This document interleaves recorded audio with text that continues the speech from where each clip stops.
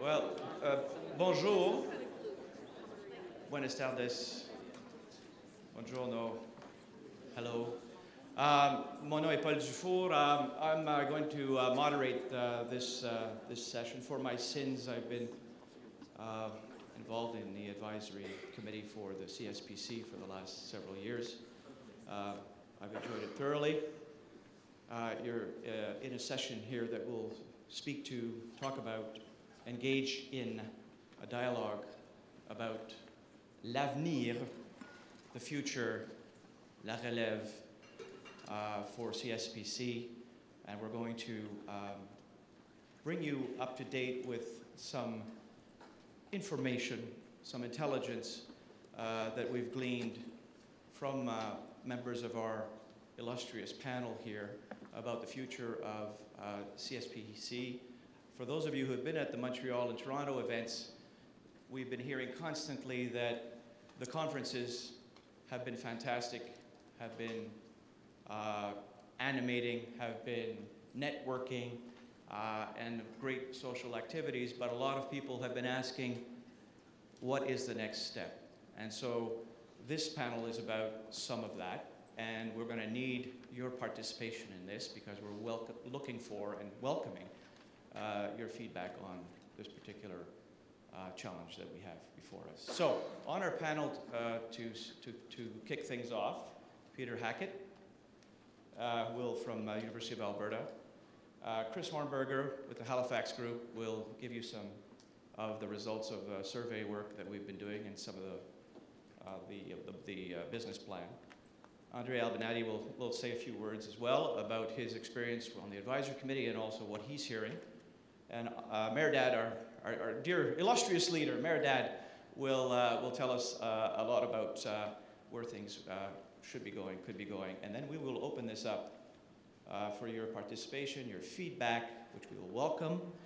And please feel free, and I will go around and see if I can draw some interesting feedback from you on a variety of issues that will be presented to you so that we can get some constructive comments moving forward. Donc, merci beaucoup pour votre attention. I thank you very much, by the way, for your patience over these last a day and a half, and I think it's been a very good session. So let's start with Peter.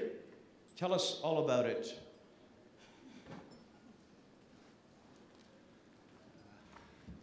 Hey everybody, how are you? I've got the impossible task of setting a global context and then a Canadian context. So I'm going to be very superficial about everything. I'm sure any one of you know more in depth and in detail about anything that I might say. But this is intended to sort of position why Canada needs a CSPC and what CSPC might deliver to Canada in the future. So the core thing, I think, is that, of course, we all agree science is pretty central to everything. It's how civilization moves forward, and countries have to be on top of science in order to have any sort of leadership role. And science is changing. I'm going to talk about a few shifts. So the first one you will know about is where science is being done is changing, has changed, right? It has shifted to China, India, Brazil, and Turkey. So a number for you in nanotechnology. 20 years ago, China produced 1% of the papers. Today, they produce 25% of the papers. This change has happened linearly over 20 years. Papers are now of very high quality. So where science is done has shifted in a fundamental way. Think of those countries not as emerging, but as tomorrow's innovative economies. They have the knowledge already, they have the capital already, and they have the need, the entrepreneurial drive because of all of this translocation to cities. Think what that will produce in the next 20 years. Next big shift that has happened.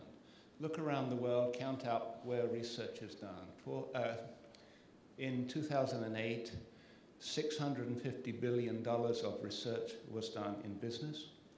$150 billion of research is done in the public sector. That's a huge shift that has occurred in our lifetimes, and the idea of technology transfer from A to B maybe now goes from B to A. Governments have no control over this. They don't know what's going on in business till it hits. Science literacy is increasing. You heard yesterday the most powerful politician in Europe has a PhD, and PhDs run some of the most competitive manufacturing companies in Europe. It's already happened. There are big shifts in how science is done. You know much more about this. Single global issues are addressed by teams across sectoral and national boundaries, often using single global facilities, again, beyond the reach of nations. And finally, there are many other things one could say, but modern communication systems allow individuals to reach out to other individuals to bring forward technology at dazzling speed. It just pops up here, pops up there, pops up over the other place. No one knows anything about it until it's suddenly there in the marketplace. As an example of this, Bitcoin. Nobody really knows who developed it, but it's a monetary system outside the control of governments. It may not be there yet, but imagine what would happen if such a thing grew.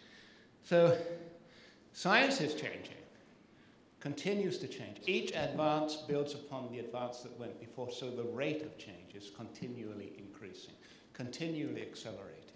And this challenges governments. And so science policy, I think, has to change. And it has to be on the money.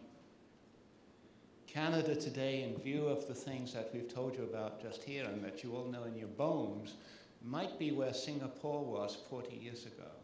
And through a very competent public service and very competent policies, we may be able to succeed in the future. But I doubt that we can succeed in the future unless we do that. So the thing we're about, the thing you're about, the thing you're interested in is of enormous national importance and has to be finely, exquisitely tuned. We have to be the best in the world in our policies to succeed over the next 20 years. So we need fresh minds. A little bit about Canada. So, I was in Waterloo at an event with Sir David King, who was the science advisor to Tony Blair, and Arthur Carty. It was an event honoring Arthur Carty. I was very pleased to be there. The day after Jenkins came out, we sat at dinner, and all around the table, the Canadians were decrying, beating their breasts, tearing their hair, and saying how bad we are. And eventually David King said, well, I need to tell you something. I went to dinner in Rome with some Italian hosts, had a great meal, and then they called the waiter over at the end, and they started shouting at him in Italian. I didn't know what they were saying. And the waiter went away, right? Very dejected, brought back the chef, and then they started again, and then the chef and the waiter went away, very, very dejected. And David turned to his host and said, I thought that was a pretty good meal. And they said, yeah, this is the best restaurant in Rome. But if we don't complain, they won't keep their high standards. So, I think sometimes in Canada that we are just a little bit too hard on ourselves. We have a rich, diverse, tolerant, inclusive society. We're a nation of high achievement. We shouldn't be ashamed of what we've achieved in research and innovation. We have enormous natural advantages. We bring immigrants to the country, and they contribute in a real short time. So we have a lot to be proud of. But this future is going to be hyper-competitive. And so we need to do even better in the future, and we can't rest on our laurels. And we have this sense, there is this sense at play, and it's fed by report after report after report that looks into how we've done on the innovation front. And it says, well, we haven't done as well as we might have liked. And we've gotten away with it because we're so enormously rich. So there's this sense that, maybe this underpinning isn't there for the future. And we've got to up our game.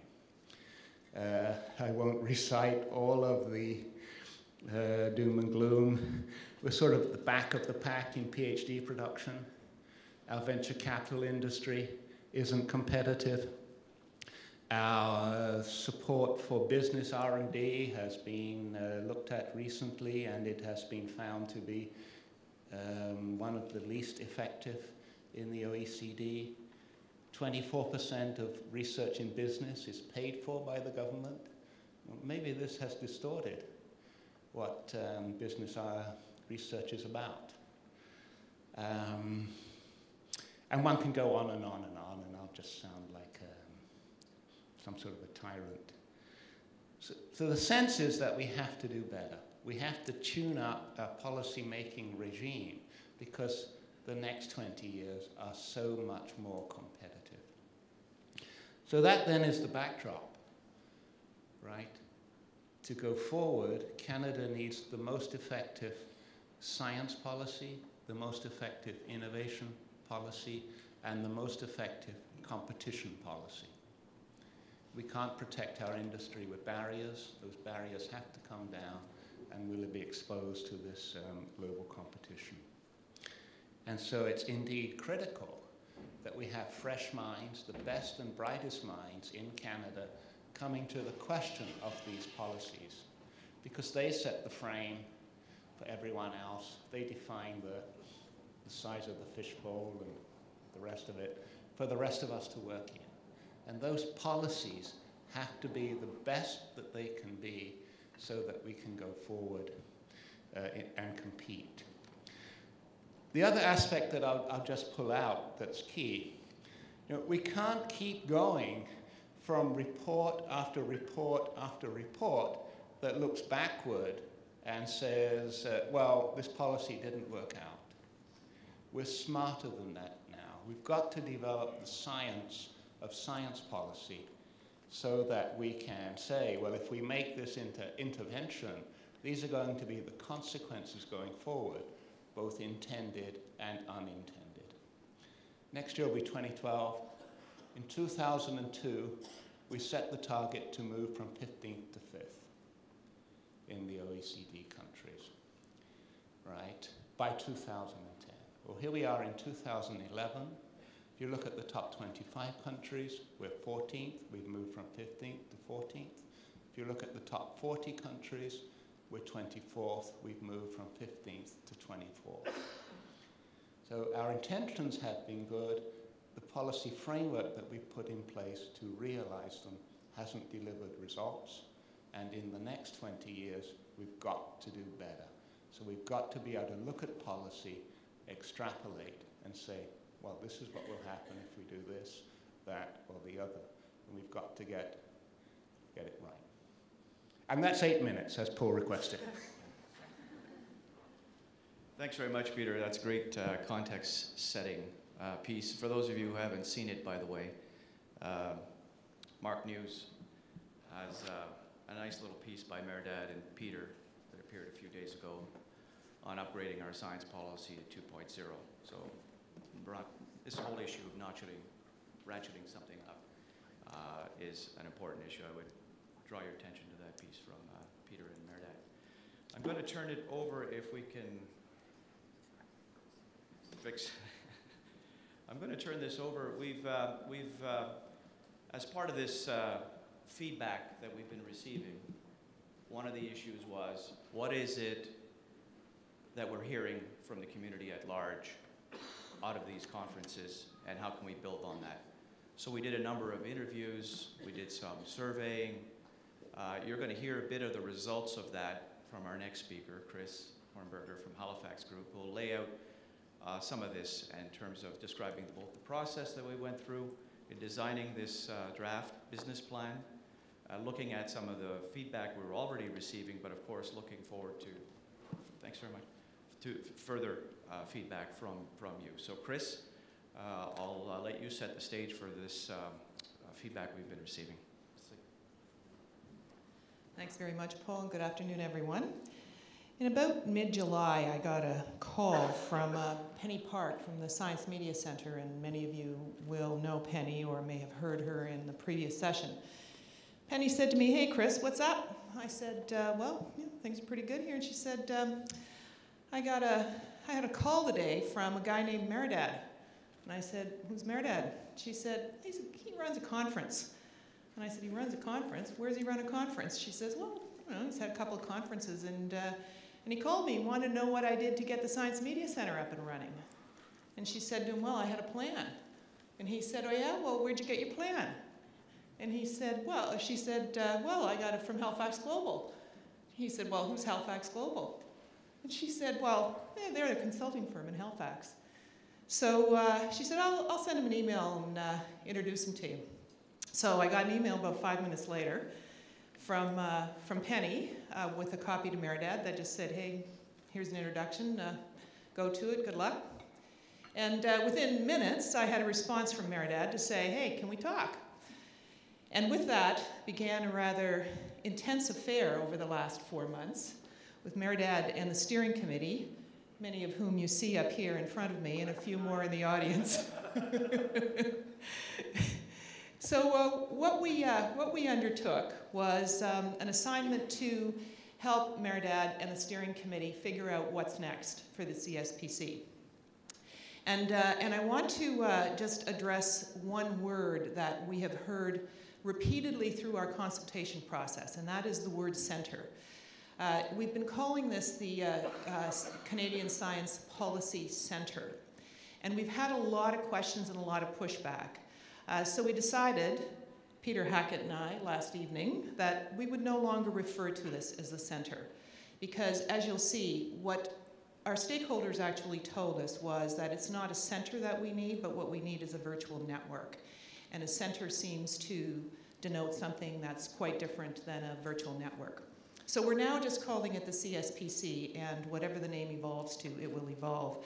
So what I'd like to do is just take you through the key stakeholder findings so that you have some context for what many of you who may have participated in previous conferences have said, some of you who were interviewed or participated in the survey that we sent out or the workshop that we had in September. We've tried to incorporate most of the feedback that we got. And so with that, we've got our key findings. So let me just see if this works. There we go. So what you see here is the people who responded. And there were about 60 that we consulted with. And that was a combination of an online survey, interviews, one-on-one interviews, and a workshop.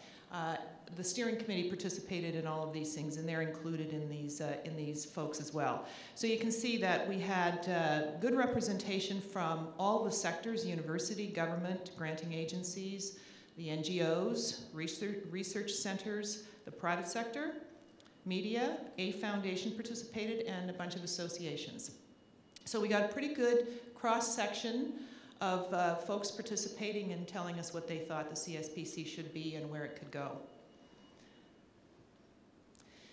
We asked them where they thought the gaps were and in the science and innovation policy environment in Canada. And what you see here are the key gaps that they identified. The dark blue connotes what people completely agreed with the statement. The lighter blue is partially disagreeing or agreeing somewhat. The pink is disagreeing somewhat, and the orange is disagreeing completely. So you can see that nearly 90% agreed that the environment or the community is isolated and fragmented. About 85% agreed that there was no forum for policy for science. Many, again, 80%, no coordinated discussion of science policy issues. Difficult for new graduates to access science policy community. No connection among stakeholders of science and technology in academia, government, and so on. Low public awareness of the importance of science.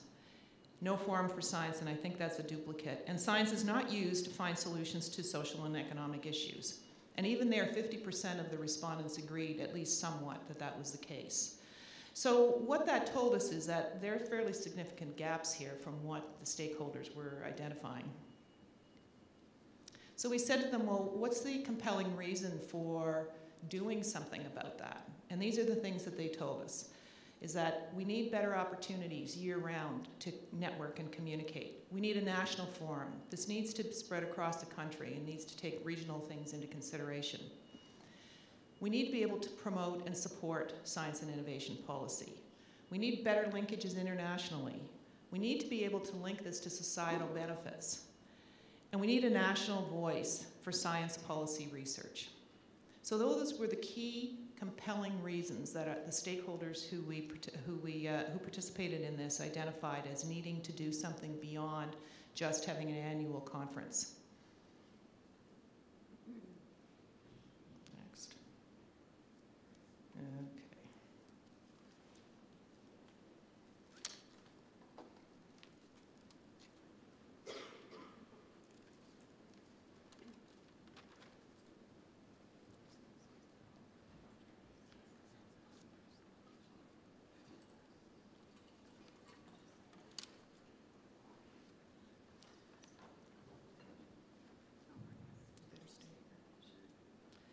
So we said, okay, what's the value proposition?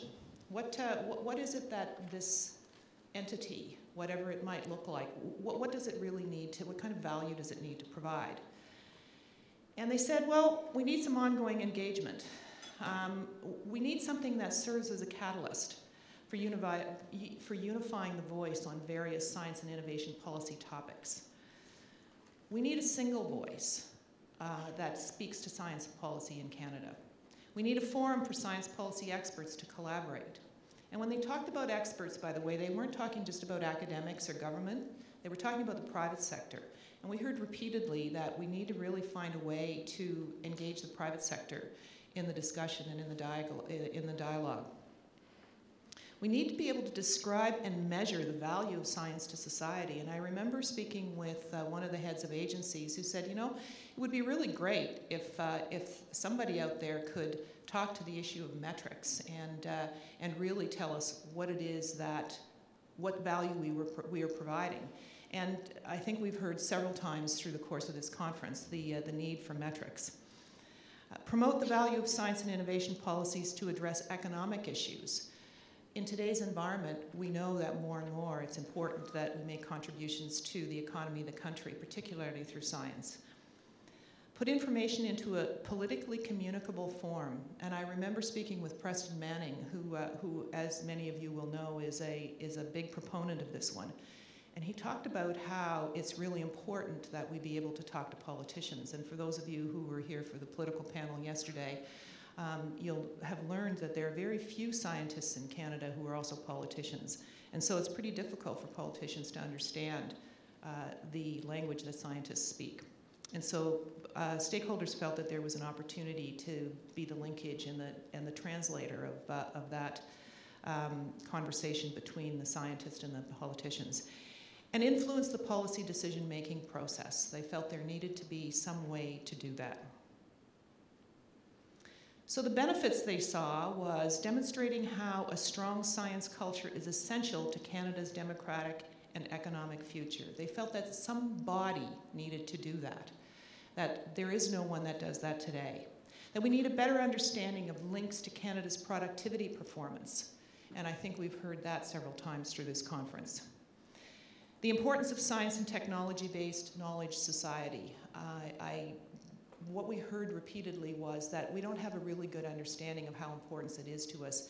At least the public doesn't. And it's important that a forum be there for that knowledge to get out there and help people appreciate the importance of it.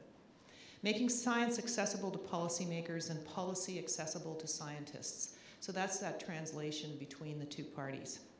Improved connections and relationships within the science policy community. We heard so often about the fragmentation and the disparate group of policymakers or science and innovation policy makers and scientists who are out there who just don't talk to each other, and agencies of various kinds. And they felt there was an opportunity for somebody to challenge the status quo. So we said then, okay, well, what would this entity do? What would it actually do? And they said, well, beyond the conference, it should be doing something, taking that conference throughout the whole year, because doing it just once a year isn't quite good enough. And we need to be able to find a way to link and communicate amongst these various members of the community, and that includes policymakers and science policy experts, the private sector, the public sector, and young scientists and entrepreneurs. And we heard repeatedly the need to engage young scientists and entrepreneurs as this entity evolves. And it's been one of the hallmarks, I think, of this conference. Training. We need to find a way to train the next generation of science, technology, and innovation policy thinkers.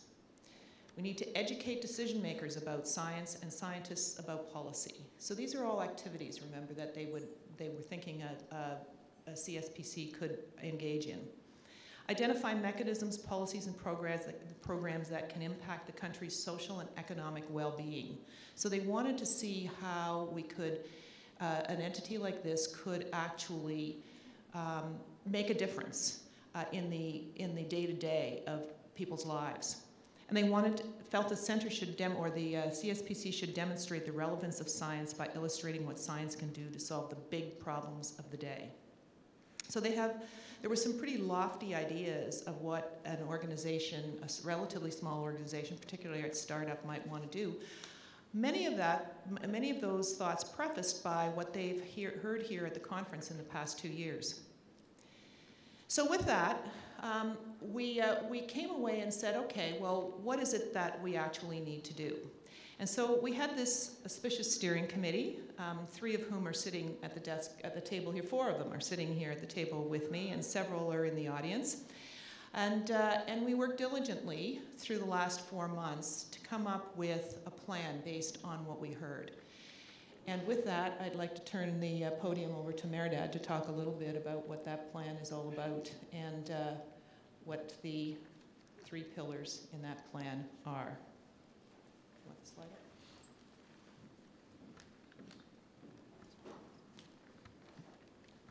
Thank you, Chris. Okay, I hope it works. Good afternoon, everybody, and thank you for your patience to stay until this time and to hear this panel, and I commend your enthusiasm and energy for this conference and for the future of this endeavor.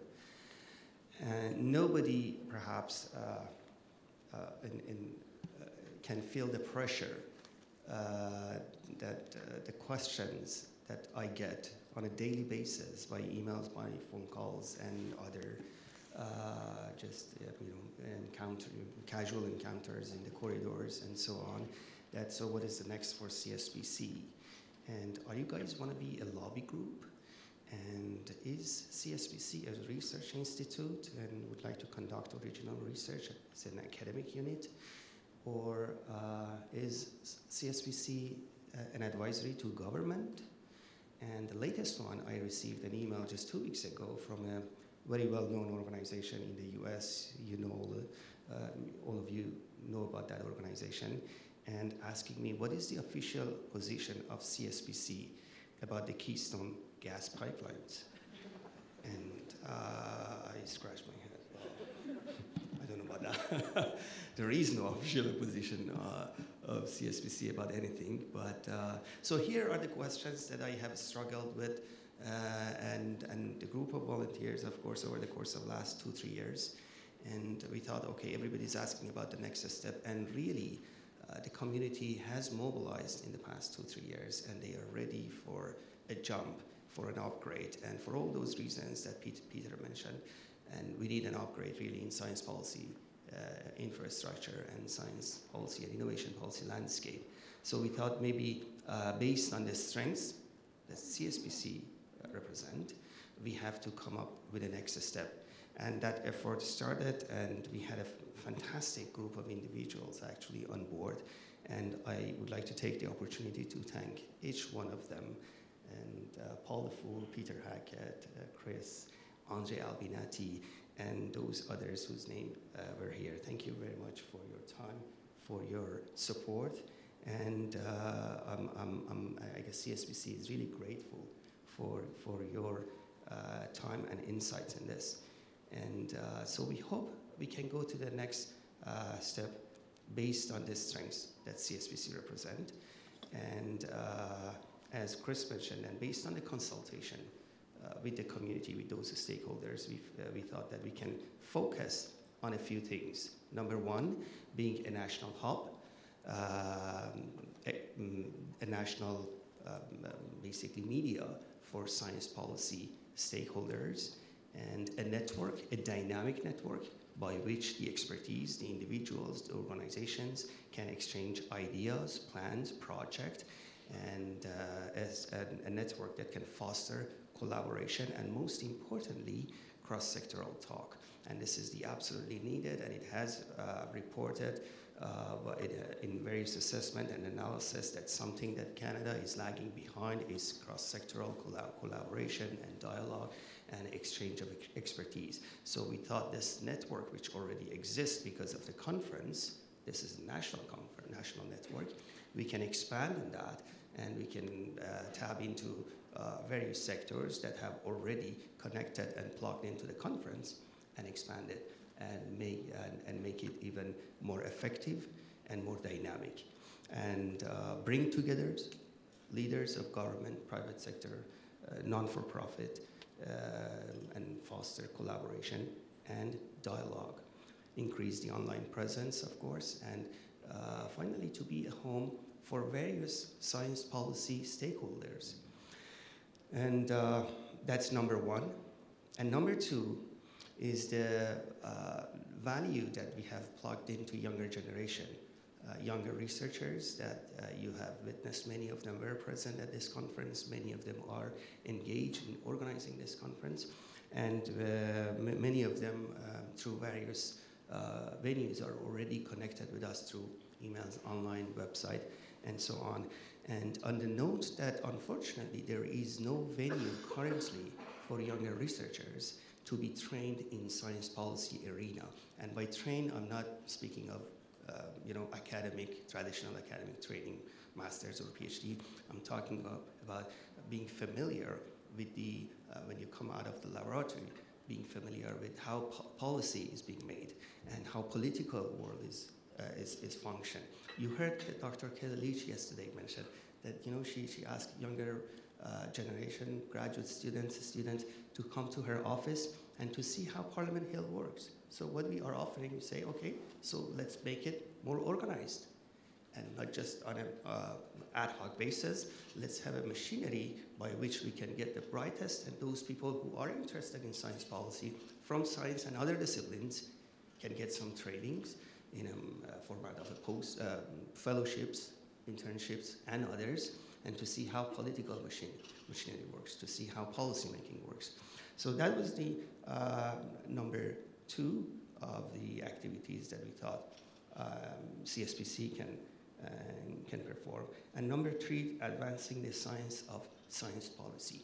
Basically what that is the, because this expanded network who has access to the best and the brightest and who has access to expertise from various sectors can commission the analysis, the assessment, the evaluation by bringing expertise from various sectors to conduct analysis on different issues which is directly related to science policy in this country. And another addition to that activity could be that CSPC, if it can get enough support, can even issue challenges. And there are organizations across the world, even in Canada, that they issue challenges and they get the best, and through a review process, they choose the best proposals to answer and to those challenges. And this is another thing for the future of CSPC that perhaps depending on this level of support that it can get, it can expand on that. So I hope I could give you a picture, not very vague, of the plans, or of the pillars of this emerging network.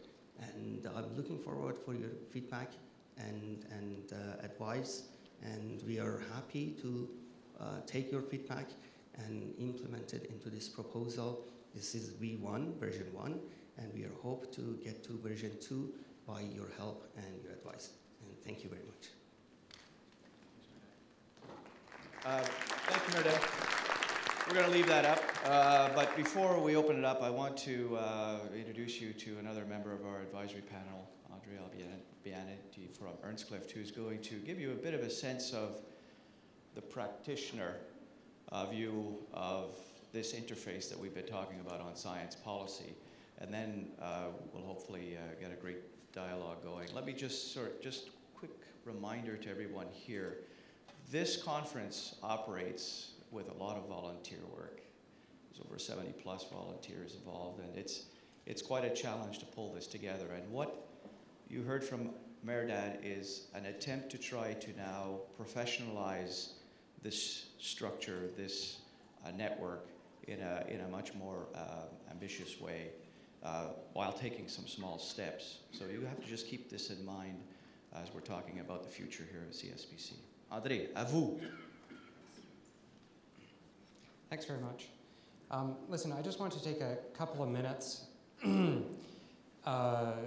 simply to, we're all here because we believe in better science policy. So that's an excellent starting point, I think, for this kind of discussion. I just want to quickly speak about why I believe, and I think many of us do up here, and some of you in the room certainly, that there's an appetite for this at the political level. My day-to-day job for clients in the public and private sectors has a lot to do with translation. Translation between members of parliament, ministers and their staff, departmental officials and regulators, CEOs of multinational corporations, entrepreneurs, media, and of course scientists. And each of these audiences have their own unique language and their own motivations and needs. Translating between these audiences is a key part of effective policymaking, and so we're discussing this. For the science policy community, the job of translating amongst these audiences can be even more onerous, though, the gap even larger. So whether a 20-something ministerial staffer, I was one of those once, trying to figure out what advice to provide a minister, a new public servant faced with consulting on a regulatory change that involves, a range of complex scientific fields of research, or a PhD student looking for a way to engage in science policy in his or her own field. Creating an ongoing forum that promotes effective science policy making is really necessary, and I think the political level believes that too. We win, Canadians win, we get better policies for the reasons that Peter mentioned earlier. I want to give you an example of why I think this kind of forum is necessary now, and why this aligns with government need right now too. I mean, we heard the macro, but there are some specific examples that were raised over the course of the last couple of days. I just want to point to one, to make this tangible about why this is necessary for the government. On Wednesday, David Waters moderated a panel on the Jenkins report, and that's stimulating some controversy and discussion in the room here, and certainly out in the larger policy community, and that's important. There's some discussion on the importance of how small, medium-sized enterprises are included within the R&D space, in the policy space, that is. And these are firms that represent 54% of the economy and provide roughly 45% of national R&D output, and terrific, okay. So it would follow, therefore, that SMEs should be equitably represented in the governance of the Industrial Research and Innovation Council, and also in networks of excellence in fields with applications in rapidly growing global markets, such as nanotechnology and materials technology is just one example. But in order for SMEs to participate in boards and NCEs and so forth, and this came up as part of the discussion, or other government entities, they need to be compensated for their time or participation. These are individuals working within companies where participation is, it's a $1,500 a day trade-off, and that's these are individuals who, are lean. They don't have enormous resources at their disposal. So except that many of these organizations are prohibited from paying anyone to participate in governance or consultation. So, I mean, immediately right there, you've got an example of a gap or barrier that's discussed within this kind of forum that, as government is trying to figure out what sort of policy steps it takes to address the competitive challenges that Peter's pointed out to. That's created a forum for that sort of discussion to take place. So from a government perspective, Jenkins has made some recommendations for bridges to be built, each one requiring translation between academia and early adopter markets, between government procurement and SMEs providing technologies, between private large adopters of technology and SMEs. And so, identifying and breaking through these barriers to participation through active engagement and attempts to understand each other's language, if you will, into improved policy and science policy development. My view, anyways, is that is exactly what this initiative is about. I think science policy will be better for it. So that's my comment. Thank you. So there you have it, in a nutshell. We're going to welcome your feedback now on what I think you saw from Mehrdad's presentation earlier about some of the three key components of this plan around a national hub, around the youth engagement, which, by the way, I personally believe this is probably the intergenerational issue brought through with this conference is, I think, one of its major assets. And we're hearing more and more about, what we need to do in terms of career options and why science policy is important for the next generation, and where's La Relève going to come from in this area. And then the third area, the science of science policy issue that Mehrdad put on the table. So we're welcoming comments, des commentaires, suggestions, propos, critiques, as long as they're constructive, about where we should be going as far as what you've been hearing in this conference, in your previous conferences that were taking place in Montreal and Toronto, if you've been involved, and just give us some feedback. And we're here to listen. We're taking copious notes. Everything's being taped. And we'll try to filter this into the version of our Science Policy 2.0 plan, which will be, of course, available to everyone to comment on the web. But for now, we will ask for your immediate feedback and get some early signals from you. À vous. Don't be shy. S'il vous plaît.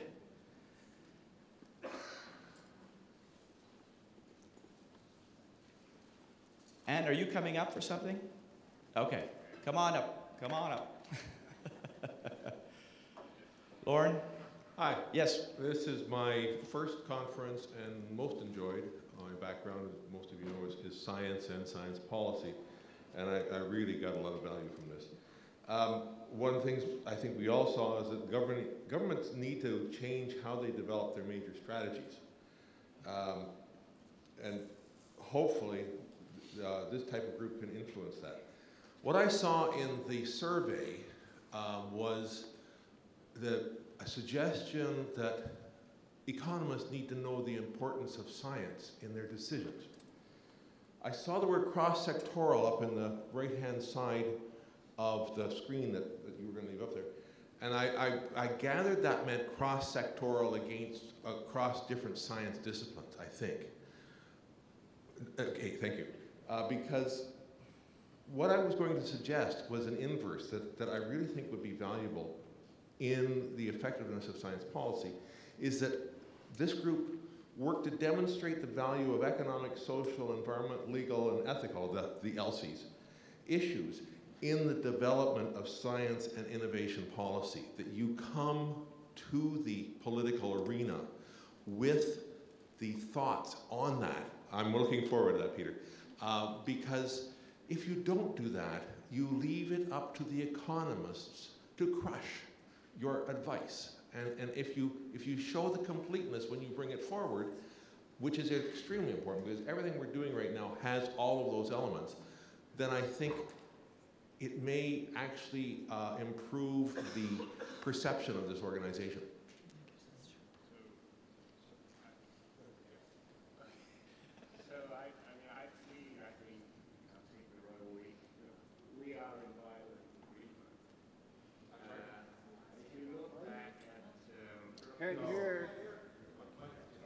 Okay, so we're in violent agreement, right? So I could leave it at that. But if you look at what we've done in the past, we've sort of said productivity, so we need innovation in companies, so we need R&D in companies, so we need people leaving universities or technology, and so therefore we need to finance R&D in universities. And actually, I think what we have to flip around is it's competition, and competition drives innovation in companies. And innovation in companies calls for research in companies, and this calls for smart people to go into companies. And then you have the case. So we need to take it from the top down, as I think you're suggesting. As you know, any rational economic system actually works. Nations aren't productive, companies are productive, and they are productive because they have to compete, and so on and so forth. We are in violent agreement. Absolutely, yes. And it's crucial that we get it right, you know. We've tried 20 years not getting it right. Let's try 20 years a different way. Could you, yeah, sorry, I should have asked for you to identify yourselves, please. Sure thing. David Kent from the University of Cambridge. I'm wondering, so this conference itself is a true testament to what you can do with a lot of volunteer energy and a limited amount of money, realistically. And so what I'm wondering is, what are your plans for funding this very ambitious program? How do you get money for internships? How do you get money for workshops throughout the year? And where are your sources going to draw from? And what sorts of baggage come with those particular sources of funding? So if you go exclusively industry and things like this. So that's a good question. No, that's for, is that okay? Yeah, okay. So there is a business model in this proposal, and which is based on the membership, organizational membership. And the ideal scenario for that is the university sector, academia, and government departments, and non-for-profits, and foundations, and definitely private sector, especially private sector associations, to be the members of these organizations, and they pay the membership fee from different levels and get the benefits of sponsorships for the conference and other benefits for that. So this is the model that we have for generating revenue for such center, and definitely it has to function on a basis of non-for-profit and definitely an independent organization. And it can be an arm-linked, a combination of various sectors. And this is the model that we have in mind, and it has shown in other examples that worked well as an independent organization. So I think it can work in this case too. Did I answer your question? I just like to pick up on the word ambitious. I think that what you see up here is ambitious, but it's intended to be phased in over a 3 to 5 year period. So the intent is not that the door is open and you've got a full-blown organization. The real need here is to be able to extend the work of this conference over the course of the year and to engage with the stakeholders throughout the year, whether that be online or whether that be through a series of thematic events or other roundtables or workshops. And as Mehrdad has said, we were very conscious when we developed the financial plan, and my colleague Andy Cutnout here was the mastermind behind it. He made sure that there was a diverse source of revenue there, so that there's no dependency on any one source. And obviously all of this is going to depend on the ability to raise that money, otherwise there isn't much point in starting at all. But the intent is not that this be funded by any one organization or by government. Just can I add one more comment, because this is important. This entity, or CSPC, is not supposed to pay entirely for all the fellows who are supposed to go to different organizations or parliamentarian offices, but it's supposed to facilitate that transition. It's a model that AAAS is involved in. So AAAS only pays for one fellow, and they have, I don't know, 50 to 100 fellows every year. Those fellows are paid by their home organization, but it is AAAS which is the driving force and facilitate that fellowship program. I'll come to you in a minute, Mark. Brian, please introduce yourself.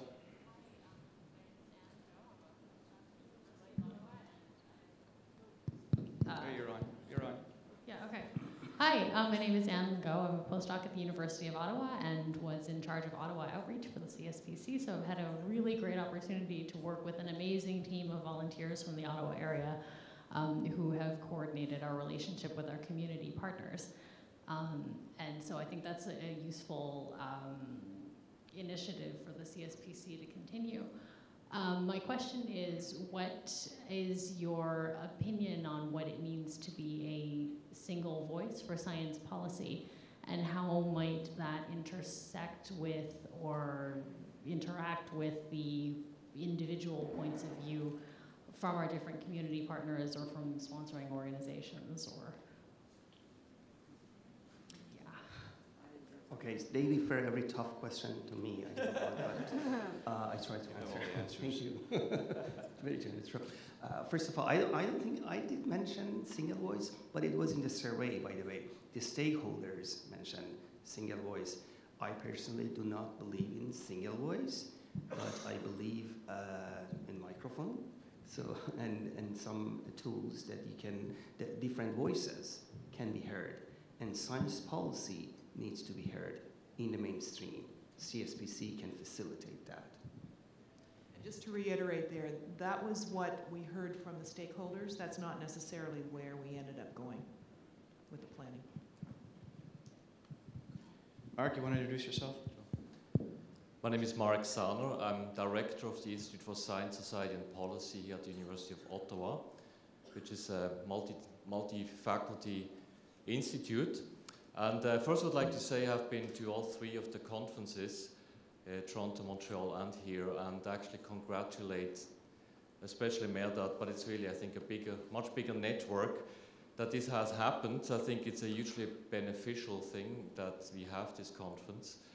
So I'm very supportive of that. We also actually, in fact, supported this event financially. I have to, in my role as the director of this new institute, I do have to, it's my job to mention that we have been created out of the same needs. We have a mandate to educate on issues of science, society, and policy, not science policy specifically, a broader framework. And of course we do activities like events and work with students and so forth. So I just wanted to mention that this University of Ottawa based institute exists, and what I really wish is that as this gets further discussed, that we have that we also integrate it further. We already are, but that we continue to be integrated into this discussion, because of course there is certainly some overlap the potential for overlap on teaching and education, and I think that needs a bit of organization, because the community is so small across the country that we all have a strong interest, I believe, to work together, which we are. And I should mention that Paul Dufour has been very instrumental in keeping these linkages very open, very functional. He works with us, he works with this group, and I think this will continue to work very well. So thanks, Paul, for doing that. Just to comment quickly on that, just briefly, this notion of complementarity is fundamentally a platform under which CSPC is going to work. We have to build with existing structures, existing organizations, and work and leverage that. As Mark correctly pointed out, this is a small community. It's a tight community. It's 2 degrees of separation. It's not 6 degrees of separation. And you know, it's important to make sure that all of the players that represent individual institutions or associations are connected here. And that is what is the vision behind some of this thinking. We. It works. Hello. You're on. Okay, I think it's starting. Okay, first of all, thank you for the idea that you go for network and not for the center, because I think it's much more powerful and it's much more open. And some of my questions were answered. I was also worried about a single voice. And so that intrigued me. You said 60 people were included in the survey. I've done few surveys. It's very difficult to choose a really representative sample.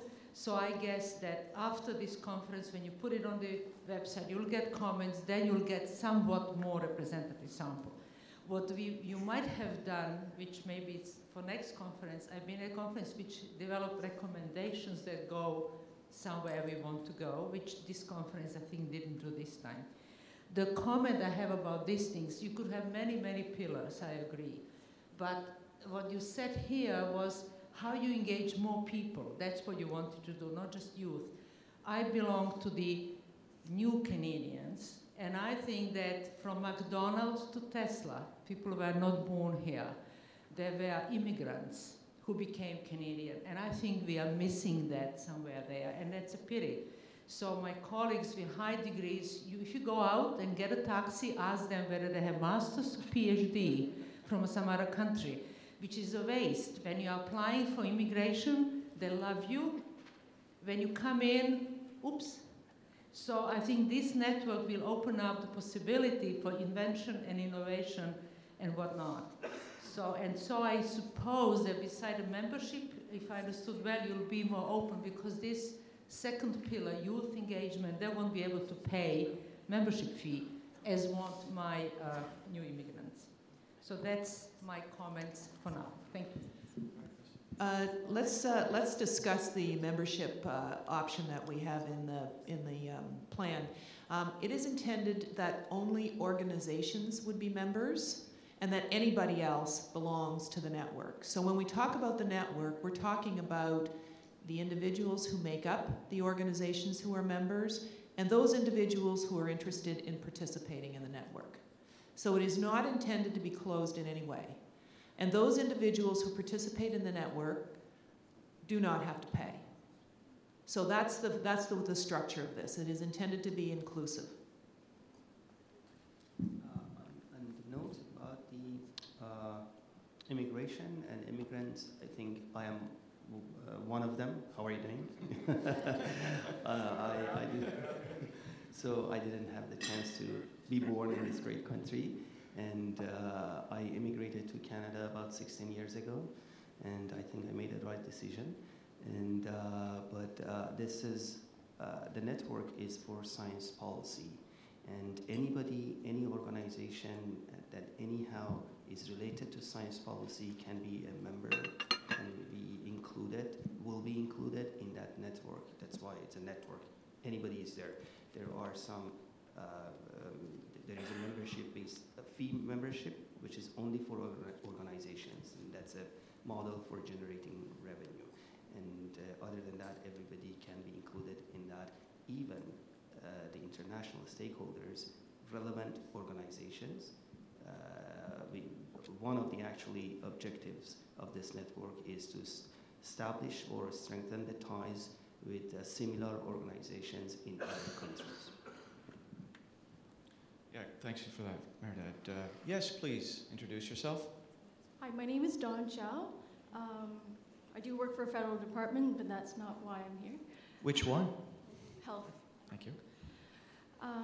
So far, from what I've seen, we've engaged quite a few sectors of the community, and we have fairly well-educated, intelligent people contributing and being a part of this. But a great number of the population is not so educated, and that's not just youth. So are we hoping to engage these people?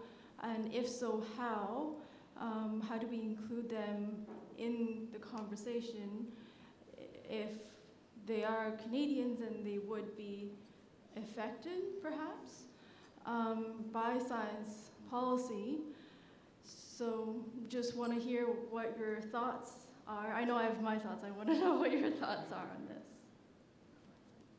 Well, we welcome. Any and all.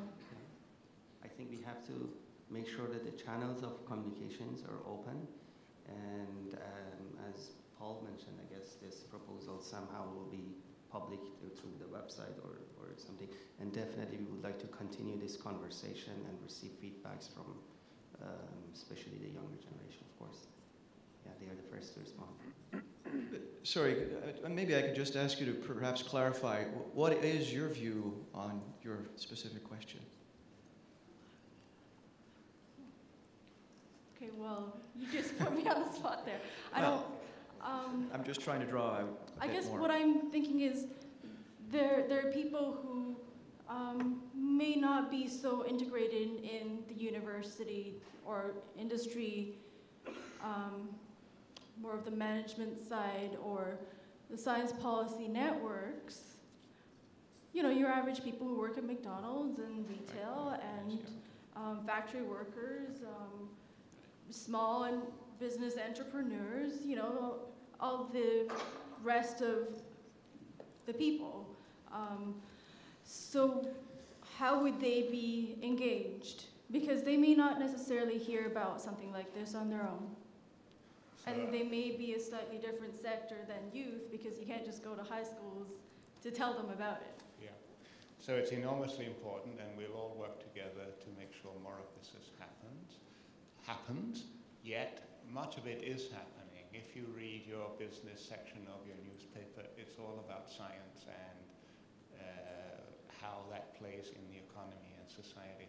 I just want to tell you that I listened to CBC Friday morning about a month ago. Ian Hanuman Singh interviewing David Deutsch. He's a very frontier physicist in Cambridge. And he's talking about quantum mechanics, how we don't quite understand it, and how this probably means parallel universes, how most of the energy in the world, we don't know what it is, how most of the matter in the world, we don't know what it is, how the laws of physics essentially mean that we can all be immortal.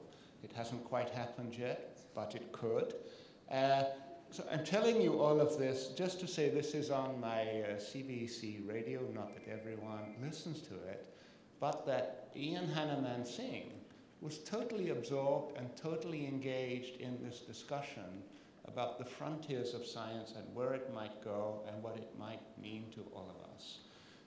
So one of the things I would say is we need to bring those public figures who talk to Canadians all of the time, who speak to the issues all of the time, and who actually know a lot more than they think they know. I think of the program Spark and Nora Young, for instance, the sorts of things that she's doing week after week after week.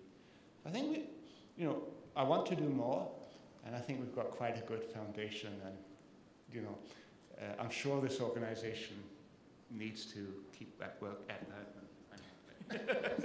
Thanks, Peter. Oui. Numéro 3. Number 3, please.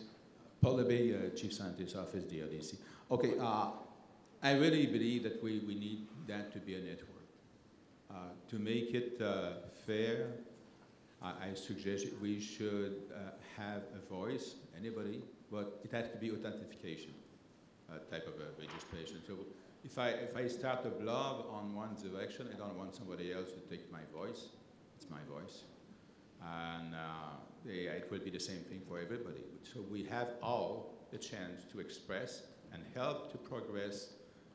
When we say one voice, maybe it's not one voice, it's one sheet of music, and we try to harmonize the different contributors from different point of view, so to progress where Canada should be in science and policy, and so on. I will see that as a way to unify our effort for success. Merci, Paul. Yes, orchestras are a good thing to bring together around some sheet music. Charles, I think you're going to say something. Charles, please introduce yourself. Thanks. I'm Charles Davis from Ryerson University. I'd like to make a suggestion which I think would help if it were implemented over time. It would help develop shared ideas about what is excellence in science policy and what is excellence in science policy practice. And that would be if this group would institute awards, not necessarily of great monetary value, but awards that would provide recognition. One award would be for science policy thought leadership. This would be about writing, preferably scholarly writing, that exemplifies excellence in science policy analysis, and it would speak to your science of science policy objectives. The other would be an award for practice leadership in science policy, and this would be for any practitioners, whether they're in the public or private sector or in the mixed sector, who would provide cases of practice, of excellent practice, effective practice, evidence-based practice, practice that leads to socially beneficial outcomes. And then both cases of practice could be discussed in the conference, and over time one would accumulate a corpus of learnings, and that would be a way to help spread knowledge and capabilities about science policy, and that would speak to your youth engagement and your network aims. Thanks very much, Charles. Great ideas. Merida's going to comment on that. Thank you, Charles. This is great, and I guess maybe you have read our previous business plan, which was not for public, but but no, thank you. This is great, and it was in fact mentioned in the first strategic plan that we put together just on a very casual basis, the Awards of Excellence in Science Policy, and we should do that. But all these, including the next point, needs the support. Needs resources, needs people, and basically somebody has to do those, and we do not have anybody basically to take over to be in charge of those responsibilities and develop plans and taking care of them. And there is another idea. We just had a conversation with one of the participants. For example, we would love to perhaps issue a competition. I mean, put a competition for the next conference. University students come up with some sort of proposals for a science policy question. Okay, answer the science policy questions, put it on the website, and ask all the university students across Canada to answer to that question. So this is, I think, very nice practice. But the question is then, who should work on that? And I challenge you or ask for your support. If you can support us, can help us with office, with computer, with staff, with executive assistant, and with some perhaps money, definitely we're going to do all those. Enarcan, please. Okay, I think speaker number 4 was there before me. Yeah. Well, if yeah. Okay, thank you. Go ahead, please. Okay, thank you. I just have 2 very quick points and then a suggestion. I'm also hung up on the youth engagement thing. That's my 3rd point. First point is, we talked about virtual organizations. You may already know this, so excuse me if the information is redundant. The Canada Wood Fiber Centre, in the context of the Canadian Forest Service, the organization I work for, is a virtual organization that brings together scientists from our different labs with clearly defined deliverables, intimately linked to the policy priorities of the Government of Canada and NRCan. Of course, that's a different animal because there's an infrastructure already in place in the way of labs and employees, so it becomes a little bit easier. Well, that's one point. I guess my second point is more or less a suggestion. I agree very much. I'm hung up on the youth engagement, and I think that I agree very much with the gentleman from Ryerson who made the reference to awards, etc. I am thinking at a much lower level. As someone who has been judging science fairs for high school students for the past 15 years, I would submit to you that the kind of projects that I've seen, that we've all seen who have been to science fairs, either as judges or otherwise, there's some very impressive work that students do. There are very impressive initiatives that they take. And I don't think it'd be a stretch to say that, given the caliber of some projects, that if you challenge somebody to go there one step further and add something on that says, my work will support Canada's competitive position in such and such a regard, I think you get something back really, that might be very worthwhile. To this end, I would like to suggest a special award, either the Canada-wide Science Fair or at science fairs in major centers, such as in Ottawa. Natural Resources Canada's Earth Sciences sector issues a special award every year at the science fairs.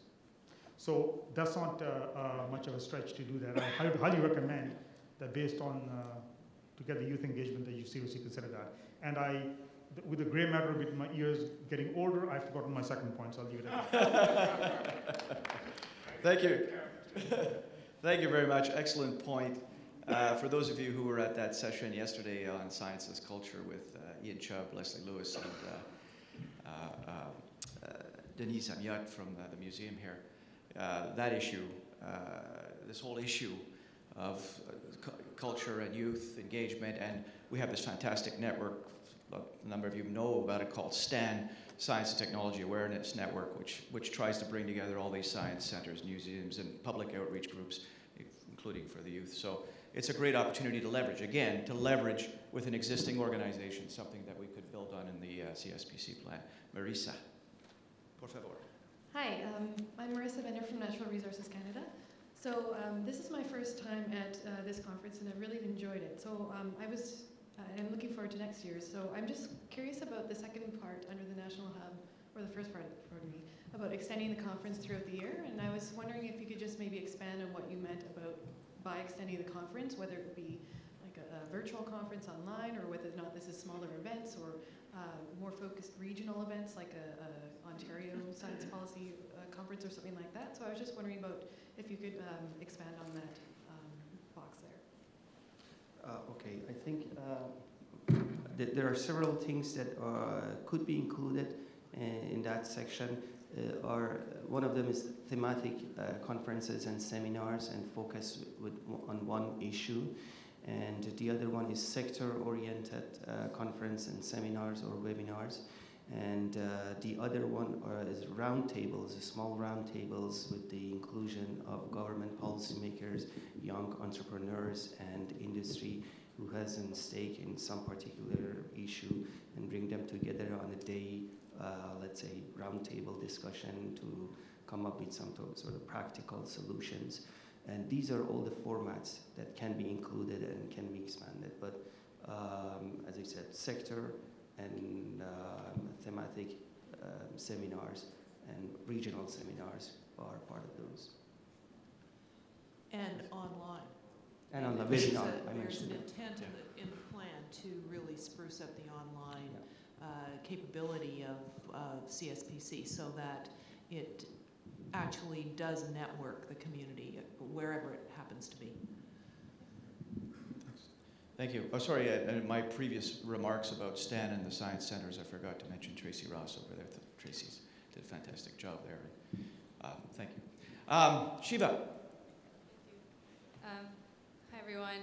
I'm Shiva Amiri. I'm with the Ontario Brain Institute. I was on the organizing committee for the first 2 years, and it was amazing getting to work with a smart group of people who are putting this together.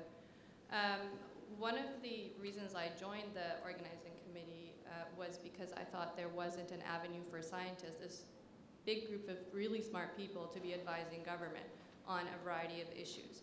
So sort of a hub where scientists are sort of evidence-based policies.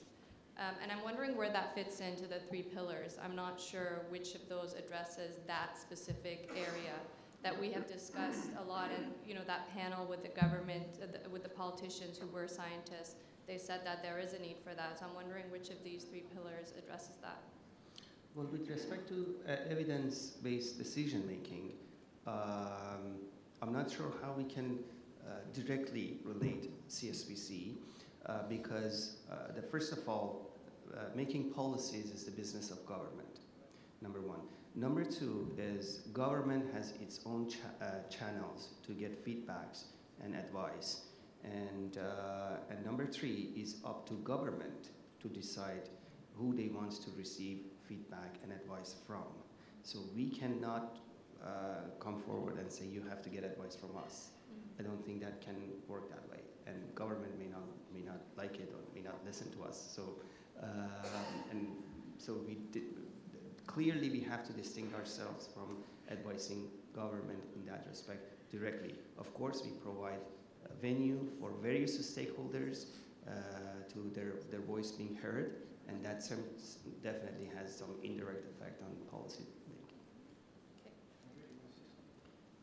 Yeah, I guess just to add, I agree completely with Mehrdad, but there are already a number of science advice-based organizations that provide direct scientific support and advice to the government. I mean, we can all debate how happy we are with the various incarnation of them, but there are a number of them out there, and some of them do sensational work that we can also see publicly and online.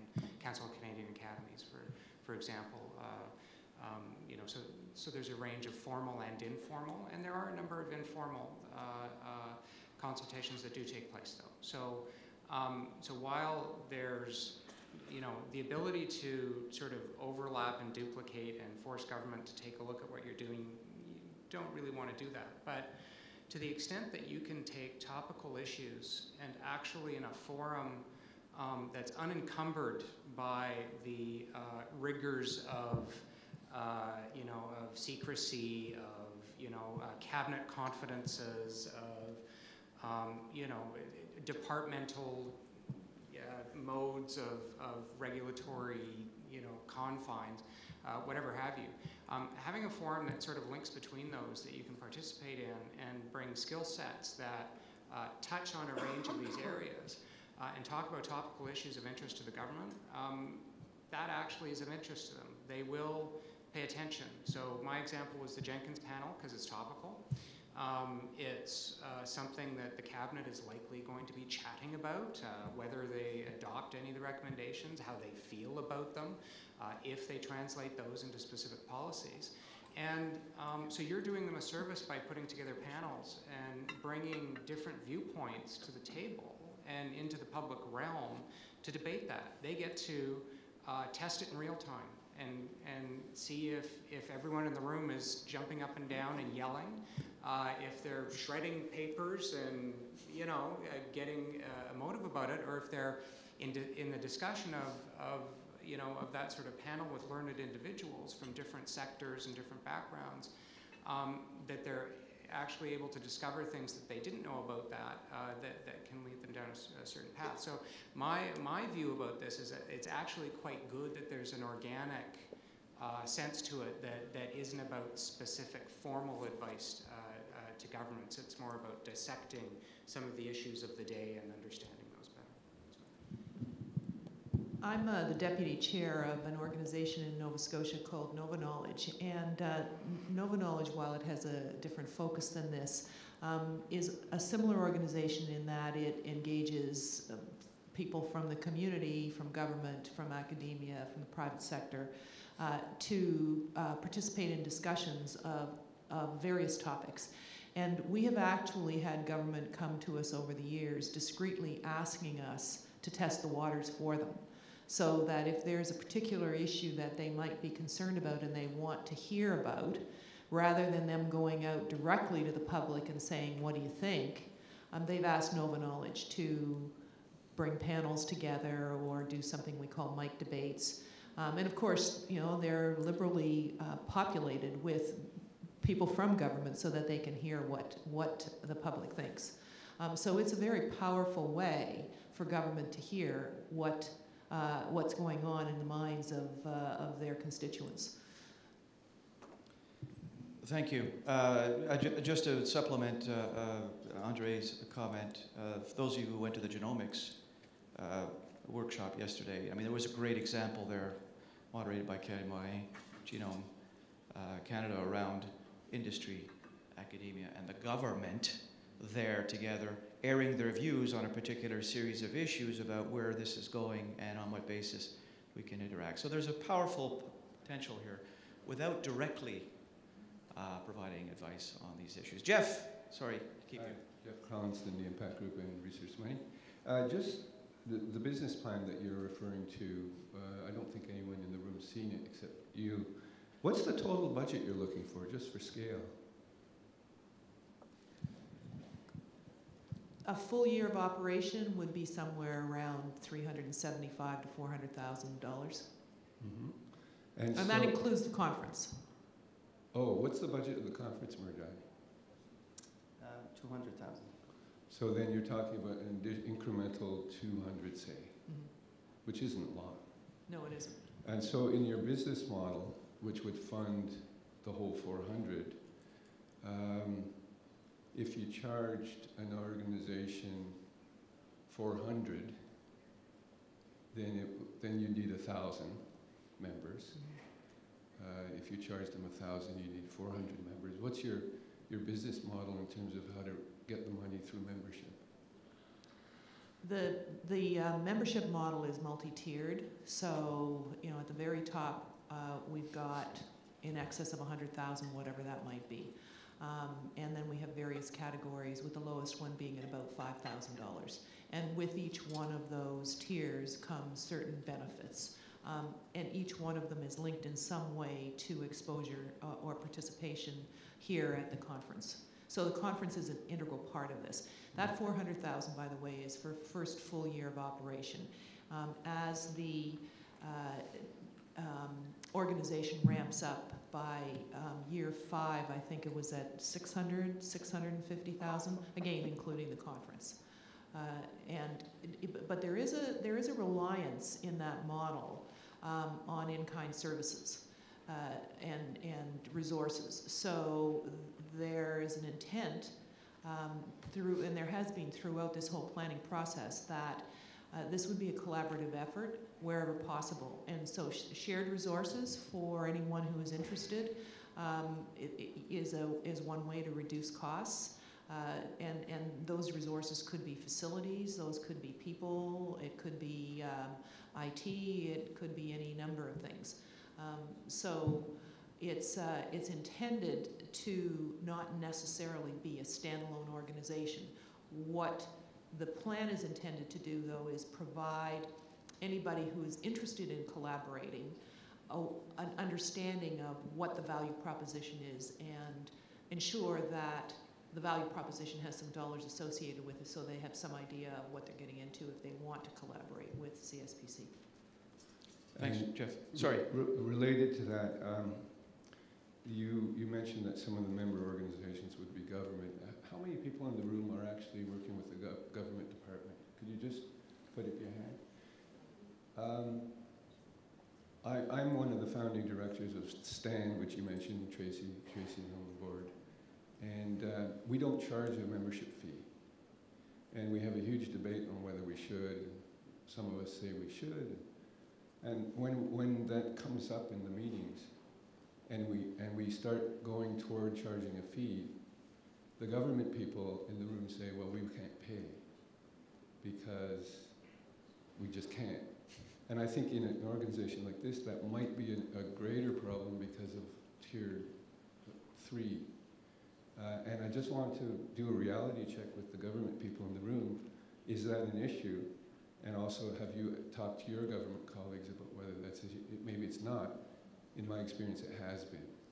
So could anyone talk about that? Well, I'd like to kick that off.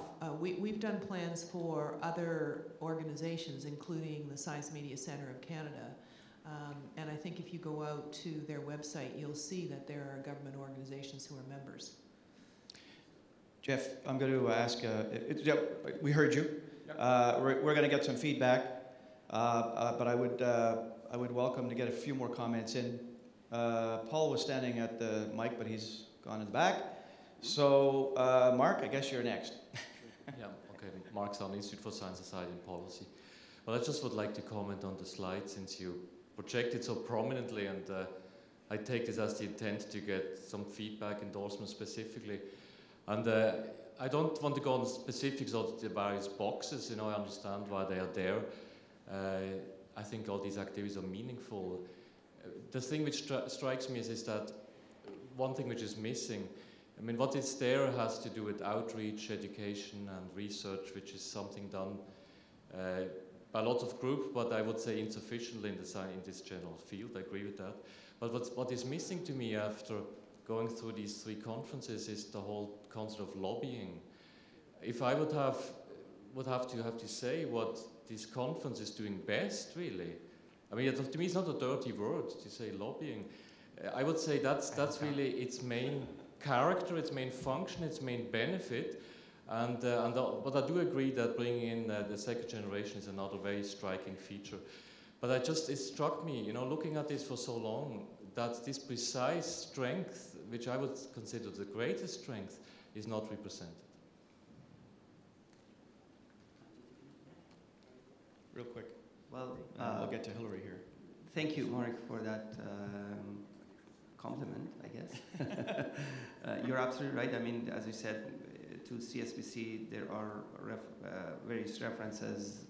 Lobby group is one of them, doing lobby for science, I think, is a noble thing, first of all. It's not dirty at all. Actually, it's a very noble thing. But if you want to do lobby work, I think this is not the approach, and there has to be a different structure and different method, different approach. And you have to find your constituents. For doing lobby, you have to represent the constituency. And CSPC currently does not have that official constituents, okay? And if it's going to do the lobby work, first of all, it needs that constituents. Number two, definitely the whole idea of national network, intersectional, cross-sectoral dialogue, that's gone. You have to take it out. That's a completely different direction. It's a noble thing to do, but I don't think that CSPC is meant to do that lobby work. Maybe from some of the initiatives and activities that CSPC is doing, maybe we can force that lobby group, that united lobby group for science enterprise emerge from that. That's a possibility, but not the CSPC as it stands. I would just like to comment. You know, one of the most effective sort of lobbying presences is a grassroots movement. It impacts policy. It sometimes isn't obvious at first, but it does impact policy over time. It impacts elections. It impacts you know, thinking at a political level, certainly. One of the things I'm really struck by with this conference and sort of the discussion around you know, this network that's being discussed right now is that there's a real grassroots component to it. I don't think the need to overtly advocate for or something or take a position specifically on, you know, government must or you should not cut this or you know, I think there's a lot of other organizations out there that will do that. You know, I think certainly the professional, you know, the CMA, you know, as an example, spends a great deal of effort sort of letting its views be known on various scientific issues of the day and will be public about it. There's a number of agencies out there who do that. And I think one of the things that's really interesting is actually a little more stealthy and impactful in government is having this kind of organic thing that where you talk about the issues of the day and it actually, you know, transcripts are looked at. You know, the sense I get is that you know, Minister Goodyear is very interested, for example, in the discussions that took place here this weekend, and I'm sure Industry Canada will be doing briefing notes, right, on some of the various things and taking a look at them and the various panels and how that impacts their thinking. That's actually quite good, I would argue. So I wouldn't underestimate the impact of that. Thank you. I'm sensing that it's Friday afternoon, people are starting to shift. So we're going to do the last three people standing with comments, and then we'll do a quick wrap up. Hillary, I believe you're next. Hi, my name is Hillary Buckenterrell, and I'm a first-time volunteer for the CSPC, first conference I've attended. Excuse me, I'm losing my voice. I guess my question is about, I'm all for the youth engagement, and I'm still in that category, I think. And, but I guess I wonder, as far as building networks, that's all well and good to build networks between the industry and the government and the private sector and everywhere in between, but how do we facilitate not just a network, but facilitate people working in these careers and really building upon that, and not just building a network of it, but having people really doing these things, doing some of the things we talked about in K-STAR and in the career workshop. I think part of it we have to wait and see what happens, but I think there are plans, suggested action items with respect to network that can be followed. One of them, the engagement, ongoing engagement of the community on online discussions on those thematic issues that we talked about, and the webinars. I think the ongoing engagement of individuals and organizations may be in the answer to your question. If not, please explain that. I guess to be more specific, when I say working, I mean literally working in those fields. Paid work. I think you're referring to internship then. Possibly, but yeah, hopefully okay. not free internships. Yes, yes. So once you have the network, you have the pool of expertise. You know where the resources are. You know where the demands are. You know what's the requirements, what's the need. That there are the immediately community can have a needs assessment and can mobilize the forces, the individuals, the talent from one place to another place. So that's the whole idea of network, that mobilization of resources from one place to another place. And by resources, I mean talent, ideas, individuals, even funding from organizations, because you know the landscape. Everybody's connected, plugged into that landscape, and everybody knows what's happening. The map is detailed, and everybody has the full information and connected. And just I think the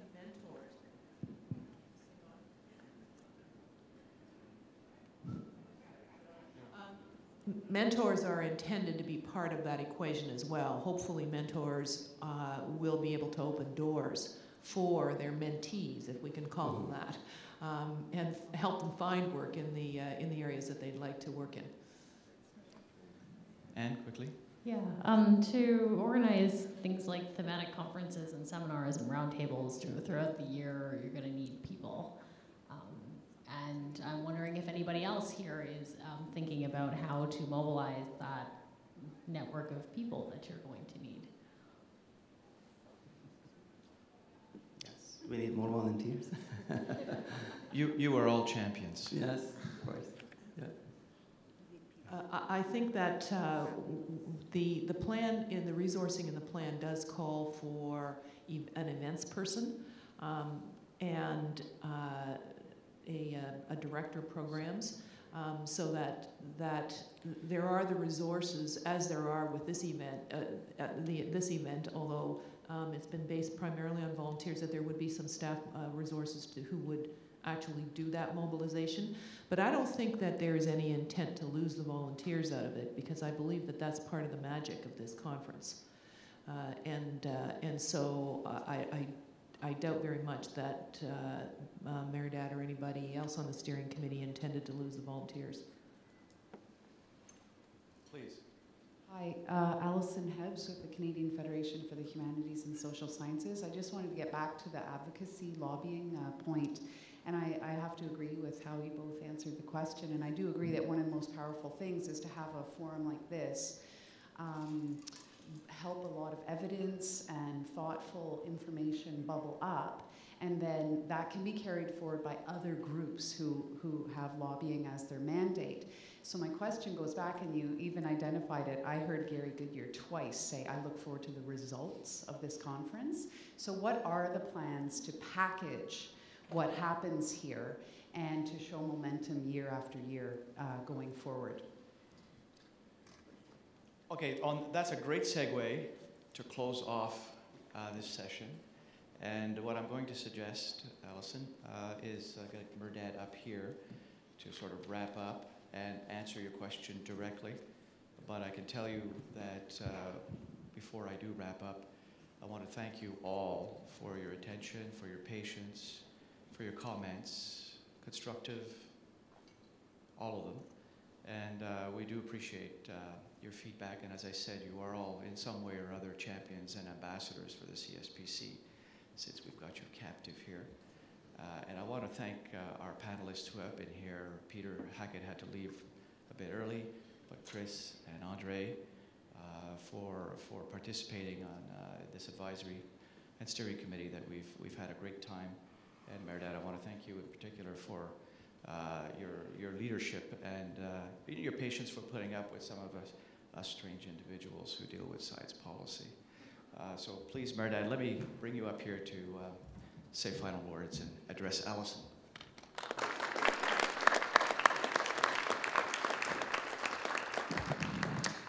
one of the discussions that we had for the awards on science, awards of excellence in science policy, in our original plan, there were 3 categories: one, lifetime achievement, mid-careers, and then youth prize. And the immediate nomination was Paul the Fool for lifetime achievement for the biggest prize. Anyway, thank you, Paul.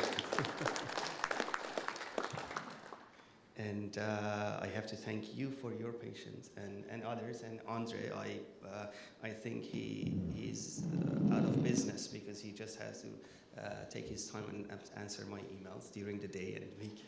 Thank you, Andre, for all the support. Well, a couple of things. Number one, let me deny allegation of affairs. Was mentioned at the beginning of the session. Number two is, so that's an excellent question. Thank you, Alison, for that. We recorded the sessions and they will be posted on the website. That's number one. And will be some of them in the format of the podcast and the other ones in the video recording, plus the interviews. They have the Mark News people. Thanks to them, they conducted, I guess, 20 interviews with different individuals on various issues related to science policy, and they will be posted on the website.